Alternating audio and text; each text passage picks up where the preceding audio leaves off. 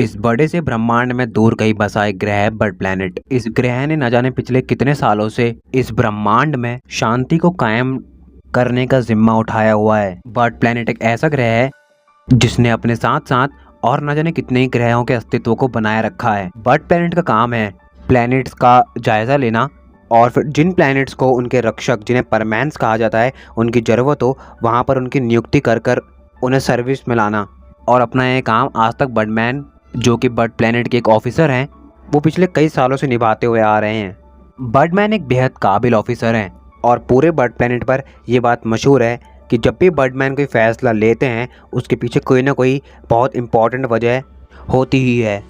और इसके कारण ही बर्डमैन को बर्ड प्लैनेट पर काफ़ी ज़्यादा रिस्पेक्ट दी जाती है। अब एक दिन बर्डमैन अर्थ के नज़दीक से गुजर रहे थे और उनकी नज़र जब इस ग्रह पर पड़ती है तो उन्हें यह ग्रह काफ़ी ज़्यादा खूबसूरत लगता है। बर्डमैन इस ग्रह को पहली बार देख रहे थे। बर्डमैन अपने कंप्यूटर में इस ग्रह के बारे में जानकारी लेते हैं तो उन्हें पता चलता है ये ग्रह अर्थ है। और बर्डमैन मन ही मन सोचने लगते हैं ये नीला ग्रह कितना ज़्यादा खूबसूरत है।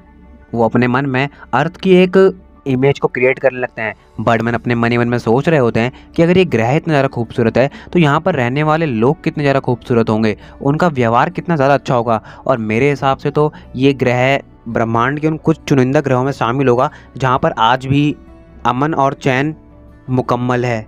बर्डमैन अपने आप को नहीं रोक पाते और वो अर्थ को घूमने के लिए आ जाते हैं। लेकिन जब वो अर्थ पर आते हैं तो जैसा उन्होंने सोचा था उसका ठीक उल्टा ही होता है। ये ग्रह था तो बहुत ज़्यादा खूबसूरत, लेकिन इंसानों ने इस खूबसूरत ग्रह की इतनी बुरी हालत कर रखी है। ये बर्डमैन जब देखते हैं तो उन्हें बिल्कुल भी अच्छा नहीं लगता। बर्डमैन समझ जाते हैं कि ये ग्रह तो बहुत ज़्यादा खूबसूरत है और शायद ये ब्रह्मांड के सबसे यूनिक क्रिएशंस में से एक है, लेकिन यहाँ रहने वाले लोगों ने इस ग्रह की ऐसी तैसी कर दी है। और शायद ऐसे चलता रहा तो कुछ सालों के बाद ये ग्रह भी बाकी ग्रहों की तरह आग में झुलसने लगेगा। बर्डमैन को ये बिल्कुल भी अच्छा नहीं लगता और वो निराश होकर पृथ्वी से निकल जाते हैं। बर्डमैन जब बर्ड प्लैनेट पहुंचते हैं तब भी वो इसी बारे में सोचते रहते हैं कि इतना खूबसूरत ग्रह है और वहाँ की हालत क्या होती जा रही है। बर्डमैन इस बारे में बहुत देर तक सोचते रहते हैं कि आखिर वो इस ग्रह के लिए क्या कर सकते हैं, क्योंकि वो नहीं चाहते कि इतना खूबसूरत ग्रह तबाही के मुँह में जाए। बर्डमैन नहीं चाहते अर्थ का ब्राइट फ्यूचर डार्कनेस का शिकार हो जाए। और ये बात तो तय है, जैसे इंसानों ने आज तक काम किए हैं और जैसे वो आगे काम करेंगे उसके बाद तो अर्थ का बर्बाद होना कोई मजाक की बात नहीं है। और बर्डमैन इस बात को लेकर बहुत ज़्यादा परेशान होने लगते हैं। बर्डमैन सोच रहे होते हैं कि आखिर वो क्या ही कर सकते हैं। तो ये बर्डमैन के मन में एक बात आती है, क्यों ना वो इस ग्रह पर परमैंस की एक नई टीम तैयार करे ताकि धीरे धीरे सही इस ग्रह को भी अच्छाई का मतलब सिखाया जा सके और परमैंस इस ग्रह पर कुछ कर सके, इस ग्रह को बचा सके। पर अब बर्डमैन के मन में ये बात आ रही थी कि शायद ये ग्रह भी परमैंस के टीम की क्रिएशन वाली कंडीशन स्टेज में नहीं आया है और अगर मैंने ऐसा किया तो मुझे हाई कमांड को इसके लिए रीजनेबल रिप्लाईज देने होंगे। और बर्डमैन इसी बारे में सोचने लगते हैं। तभी उनके मन में एक बात आती है, क्यों ना वो परमैंस की एक ऐसी टीम बनाए जो ज़्यादा उम्र की ना हो। वो परमैंस की टीम 10 से 12 साल की उम्र की हो। और बर्डमैन इस बात को तय करते हैं और फैसला करते हैं कि वो कल ही अर्थ पर जाएंगे और इस चीज़ के ऊपर काम करेंगे। अब नेक्स्ट हम देखते हैं बर्डमैन तैयार होकर अर्थ के लिए निकल ही रहे थे, तभी उनकी वाइफ उनसे कहती है आप कहाँ जा रहे हैं। बर्डमैन इतना कहते हैं एक खूबसूरत ग्रह को तबाही से बचाने के लिए, और बर्डमैन अपने ग्रह से निकल जाते हैं अर्थ के लिए। अब थोड़ी देर में बर्डमैन अर्थ पे जैसे ही पहुँचते हैं तो बर्डमैन अपनी परमैन टीम के लिए परमैंस की सर्चिंग पे लग जाते हैं। लेकिन बर्डमैन को कोई भी इस लायक नहीं लगता कि जो उनकी परमैन टीम में शामिल हो सके। कोई ज़्यादा लालची था तो कोई ज़्यादा मतलबी। बर्डमैन को कोई भी ऐसे बच्चे नहीं मिल रहे थे जो उनके थॉट्स को मैच कर सके। बर्डमैन बहुत ज़्यादा ढूंढते हैं लेकिन उन्हें कोई भी नहीं मिल रहा होता है। अब बर्डमैन अपने परमैंस को ढूंढ ही रहे होते हैं, तभी उनका थोड़ा सा ध्यान हट जाता है और उनकी शिप एक पेड़ से टकरा जाती है जिस वजह से वो ज़मीन पर गिर जाते हैं। तभी पास से एक छोटी सी प्यारी सी 10 से 12 साल की उम्र की लड़की गुजर रही थी। उसकी नज़र बर्डमैन पे पड़ जाती है और जैसे वो बर्डमैन को देखती है उसे थोड़ा अजीब लगता है, लेकिन वो से उनको छोड़कर जाना नहीं चाहती रही। वो उनके पास आती है और उन्हें उठाते हुए कहती है आप ठीक तो है ना। बर्डमैन कहते हैं ये कितनी प्यारी बच्ची है। बर्डमैन बोलते हैं तुम्हारा नाम क्या है। और वो लड़की कहती है मेरा नाम है सुमिरे होशिनो। हाँ, वो लड़की कोई और नहीं सुमिरे होशिनो थी। और इस सीरीज़ में सुमिरे होशिनो कोई बहुत बड़ी एक्ट्रेस नहीं है, वो बस एक सीधी सादी और एक नॉर्मल सी फैमिली का हिस्सा है। सुमीरे बर्डमैन से कहती है आपको ध्यान से चलना चाहिए, और वो वहाँ से जाने लगती है। बर्डमैन समझ जाते हैं कि ये लड़की ही उनकी परमानेंट टीम में शामिल होने के लायक है, और बर्डमैन सुमीरे को रोकते हुए बोलते हैं रुको, मुझे तुमसे कुछ बात करनी है। सुमीरे को अजीब लगता है कि एक स्ट्रेंजर उनसे क्या बात करना चाहेगा। फिर भी सुमीरे रुकती है और बर्डमैन से बात करती है। काफ़ी देर तक बर्डमैन से बात करने के बाद सुमीरे समझ जाती है कि आखिर बर्डमैन कहने के चाहते हैं, और यहाँ पे सुमीरे कई तरह के सवाल बर्डमैन से करती है कि आखिर आप आए कहाँ से हैं, और आप जो कह रहे हैं क्या वो सच है। तभी बर्डमैन कहते हैं हाँ ये सभी सच है, और मुझे तुम्हारी मदद की ज़रूरत है। मैं चाहूँगा कि तुम मेरी परमानेंट टीम का हिस्सा बनो और उसे लीड करो। हाँ, तुम बनोगी परमानेंट नंबर 1 और तुम्हारा नाम होगा पाको। और इतना कहते हुए बर्डमैन सुमीरे को उसका परमानेंट सेट, उसका रोबोट देते हुए कहते हैं यह है रोबोट, जब तुम परमानेंट की ड्यूटी करोगी तब ये तुम्हारी जगह लेगी। और ये है परमानेंट सेट जिसके अंदर हेलमेट है, तुम्हारा बैच है और तुम्हारी केव है, जो कि तुम्हें तुम्हारी ड्यूटी में मदद करेगा। और बर्डमैन कहते हैं लेकिन इसकी एक और शर्त है। सुमीरे कहती है बताइए क्या शर्त है। बर्डमैन कहते हैं देखिए इसकी सिर्फ एक शर्त है कि तुम अपनी असलियत किसी को नहीं बता सकती। तुम बस अपने टीममेट्स जो कि तुम्हारे साथ काम करेंगे, दूसरे परमानेंट्स, उन्हें बता सकती हो कि आखिर तुम हो कौन। उसके सिवा तुम किसी को भी नहीं बता सकती। तभी सुमीरे बोलती है अगर मैंने बता दिया तो मैं तुम्हें जानवर बना दूंगा। और ये बात सुनते ही सुमीरे बहुत ज़्यादा डर जाती है। सुमीरे बोलती है अच्छा ठीक है, मैं किसी को नहीं बताऊंगी कि मैं ही परमैन हूँ। तभी बर्डमैन बोलते हैं अच्छा ठीक है, अभी तुम यहाँ से चली जाओ और मेरी नेक्स्ट कॉल का वेट करो। इसके बाद बर्डमैन इन ऑर्डर पयान और बूबी से भी मिलते हैं, और पयान को परमानेंट नंबर 2 तो बूबी को परमानेंट नंबर 3 बनाते हैं। और इसके साथ ही बर्डमैन फाइनली अपनी एक एक्सक्लूसिव परमानेंट टीम क्रिएट कर लेते हैं जो कि उनके हिसाब से परफेक्ट थी।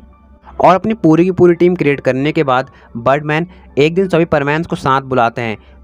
उनके कॉल करने के कुछ ही देर बाद सभी परमैन्स वहाँ पहुँच जाते हैं, और बर्डमैन सभी परमैन्स को दोबारा एक साथ पूरी की पूरी बात समझाते हैं और कहते हैं आपसे तुम सभी लोगों को साथ में काम करना होगा, और जो कि तुम सब लोग एक टीम हो तो टीम वर्क होना बहुत ज़्यादा ज़रूरी है।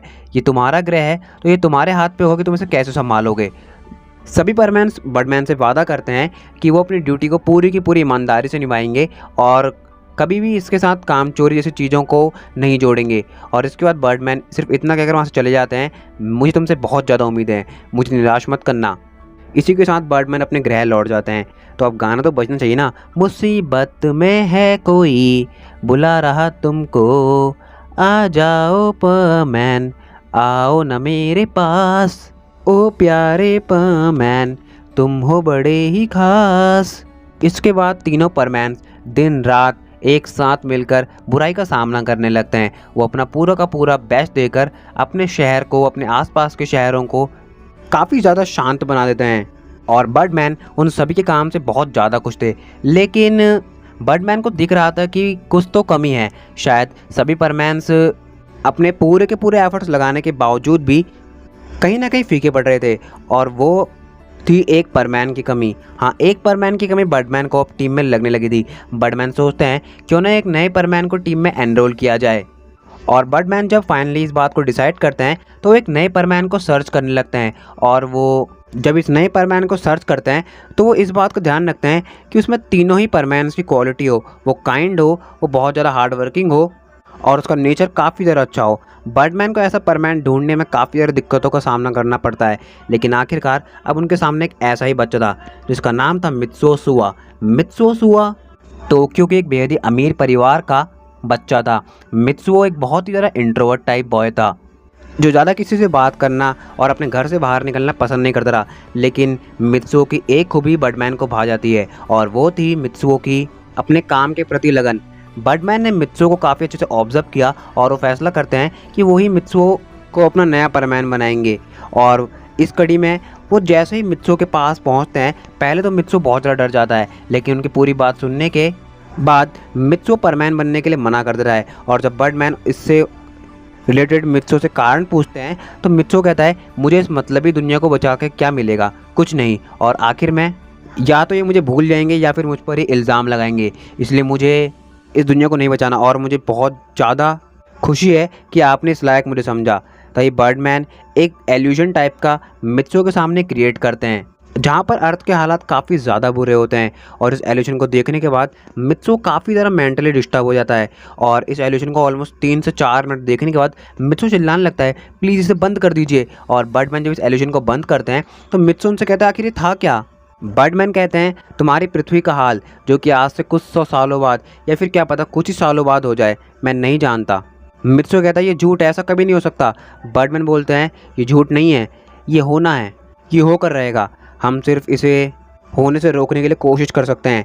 इसीलिए अगर तुम चाहते हो कि तुम भी इस कोशिश का हिस्सा बनो तो मेरा ऑफ़र एक्सेप्ट कर लो और बन जाओ मेरे परमैन।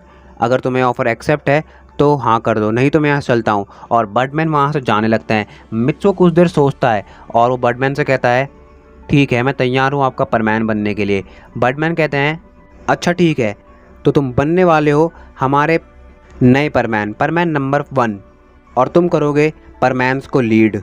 और बर्डमैन परमैन यानी मित्सुओ से कहते हैं, ये तुम्हारा रोबोट है और परमैन सेट है, लेकिन एक बात ध्यान रखना, तुम अपनी आइडेंटिटी किसी को नहीं बता सकते, यहाँ तक कि अपने टीममेट्स को भी। मित्सुओ इस बात की वजह जानना चाहता रहा, लेकिन बर्डमैन कहते हैं तुम नहीं बता सकते, और अगर तुमने ऐसा किया तो मैं तुम्हें जानवर बना दूंगा। और मित्सुओ भी ये बात जानने के बाद काफ़ी ज़्यादा डर जाता है और वो इस बात पर सहमति देता है कि वो किसी को भी नहीं बताया कि वही परमैन है। और कुछ दिनों के बाद जब बर्डमैन का इशारा आता है तो परमैन उनसे मिलने के लिए पहुंच जाता है और बर्डमैन सभी परमैन्स को आपस में मिलवाते हैं और ये भी बताते हैं कि मित्सुओ यानी परमैन अब नंबर 1 परमैन होगा और इस टीम को लीड करेगा। और ये बात जानने के बाद काफ़ी ज़्यादा नाराज़ हो जाती है हमारी पाको यानी सुमीरे। वो कहने लगती है कि आखिर परमैन नंबर 1 तो मैं हूँ, तो ये कैसे हो सकता है? तो बर्डमैन कहते हैं, नहीं, परमैन नंबर 1 आज से ये है और तुम सभी परमैन्स अपने आप को एक एक स्पॉट नीचे रैंक यानी एक एक नंबर नीचे डिमोट मान लो। और इस बात को जानने के बाद परमैन्स काफ़ी ज़्यादा गुस्सा होते हैं कि एक नया परमैन टीम में आया और उसको नंबर 1 स्पॉट मिल गया।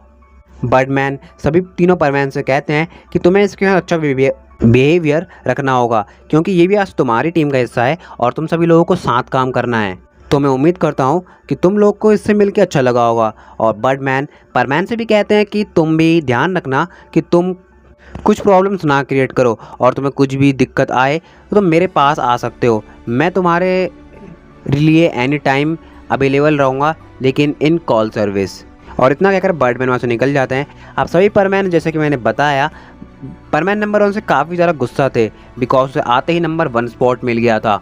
तो वो परमैन को ज़्यादा भाव नहीं देते और सीधा अपने काम पे निकल जाते हैं। और अब मित्सुओ भी थोड़ा बहुत इंट्रोवर्ट टाइप है, तो वो भी ज़्यादा परमैन्स पे ध्यान नहीं देता और जितना उसे समझ में आया वो उस हिसाब से काम पे लग जाता है और ज़्यादा बाकी के परमैन से बात नहीं करता।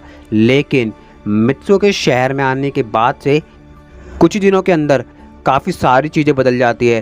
तीनों परमैन्स के बारे में तो कोई बात ही नहीं कर रहा था, सभी लोग बस मित्सुओ के बारे में ही बात करते रहते रहे कि वो कितना ज़्यादा अच्छा है, परमैन नंबर 1 कितना ज़्यादा खास है। क्योंकि अब तक कई सारे लोग जान चुके थे कि नया परमैन नंबर 1 बना है और इस बात को लेकर तो सभी परमैन्स और ज़्यादा उसके ऊपर गुस्सा हो रहे थे। लेकिन परमैन नंबर 2 यानी पाको, वो तो परमैन के ऊपर कुछ ज़्यादा ही गुस्सा हो रही थी, क्योंकि एक तो परमैन की वजह से उसको उसका नंबर खोना पड़ा और अब उसके बारे में कोई शहर में बात ही नहीं कर रहा, उसके कामों की कोई तारीफ़ ही नहीं कर रहा। पहले लोग उसे कामों के तारीफ़ों के पुल बांधते रहते थे और अब उसे कोई भाव भी नहीं दे रहा है। लेकिन मित्सुओ भी ज़्यादा लोगों की तारीफ़ों पे ध्यान नहीं देता और बस अपना काम करता है। कभी कभार परमैन से थोड़ी बहुत हल्की फुल्की बातचीत कर लेता है और अपने घर निकल जाता है। अब एक दिन पाको डिसाइड करती है कि वो परमैन का काइंड ऑफ छोटा सा इंटरव्यू लेगी कि वो कौन है, कहाँ से आया है। और जब वो परमैन यानी मित्सुओ से पूछती है कि आखिर तुम कौन हो और कहाँ से आए हो, तो वो बता देता है कि मैं नहीं बता सकता, आई एम सो सॉरी, और वहाँ से निकल जाता है। तभी पाको बोलती है, अपने आप को समझता क्या है? और इस बात को लेकर पाको और ज़्यादा गुस्सा हो जाती है परमैन से। अब कुछ दिन और ऐसे ही बीत जाते हैं। अब पाको को छोड़ बाकी के दोनों परमैन नंबर 1 से दोस्ती कर लेते हैं, क्योंकि उनका मानना था कि परमैन नंबर 1 का ह्यूमर वैसे काफ़ी ज़्यादा अच्छा है और परमैन नंबर 1 भी उनसे अब काफ़ी ज़्यादा अच्छी तरह से बात करता था, सिवाय पाको के। अब सीन शिफ्ट होता है बर्डमैन के ऊपर। बर्डमैन बर्ड प्लैनेट पर होते हैं, लेकिन तभी उन्हें एक बहुत ही ज़्यादा खतरनाक बात पता चलती है और जैसे ही बात बर्डमैन को पता चलती है वो हड़बड़ा जाते हैं, क्योंकि वो खतरा हमारे यानी अर्थ के बहुत ज़्यादा करीब आता जा रहा था। वो हमारे सोलर सिस्टम के लिए किसी श्राप से कम नहीं था। और इस बात को बताने के लिए बर्डमैन तुरंत अर्थ पे पहुंचते हैं। बर्डमैन तुरंत ही अर्थ पर आते ही अपने परमैंस को बुलाते हैं और पूरी की पूरी बात उन्हें बताते हैं उस खतरे के बारे में। और जैसे ही परमैंस इस बात को जानते हैं वो काफ़ी ज़्यादा हड़बड़ा जाते हैं, लेकिन परमैन नंबर 1 मित्सुओ हड़बड़ाता नहीं है। वो अपने दिमाग से काम लेता है और बर्डमैन से कहता है हम इसका सामना करेंगे। और वो था एक उल्का पिंड। और बर्डमैन कहते हैं ये लगभग असंभव है परमैन नंबर 1। मित्सुओ कहता है हमें कब जाना है? बर्डमैन कहते हैं अभी। और वो सभी के सभी निकल जाते हैं उल्का पिंड को रोकने के लिए। अब वो कैसे उल्का पिंड को रोकेंगे ये तो बर्डमैन ही जानते हैं। अब उल्का पिंड लगभग उनके नज़दीक आ ही चुका था और वो उल्का पिंड उनके सामने था और वो उल्का पिंड के। और तभी सभी परमैन्स और बर्डमैन आपस में एक दूसरे का हाथ पकड़ते हैं और चले जाते हैं उल्का पिंड की तरफ और उससे टकरा जाते हैं। तो गाइस आई होप आप लोग को ये वीडियो पसंद आया होगा। ज़रूर से लाइक कर दीजिएगा। अगर आप लोग हमारे चैनल पर नए हैं तो सब्सक्राइब कर दीजिएगा। कमेंट करके बताइएगा कि आप लोग को वीडियो कैसा लगा है। अच्छा लगा तो अच्छा बताइए, बुरा लगा है तो बुरा बताइए। नोटिफिकेशन बेल को जरूर से प्रेस कर लीजिएगा ताकि आप लोग को चैनल के आने वाले वीडियोस की नोटिफिकेशन सबसे पहले मिल सके। और आपको हमारा लोगो कैसा लगा वो भी ज़रूर से हमें कमेंट में बता दीजिएगा। तो मैं मिलता हूँ आपको किसी और वीडियो में ऐसी शानदार स्टोरी के साथ। तब तक के लिए stay tuned with channel and my dear hearted sayonara.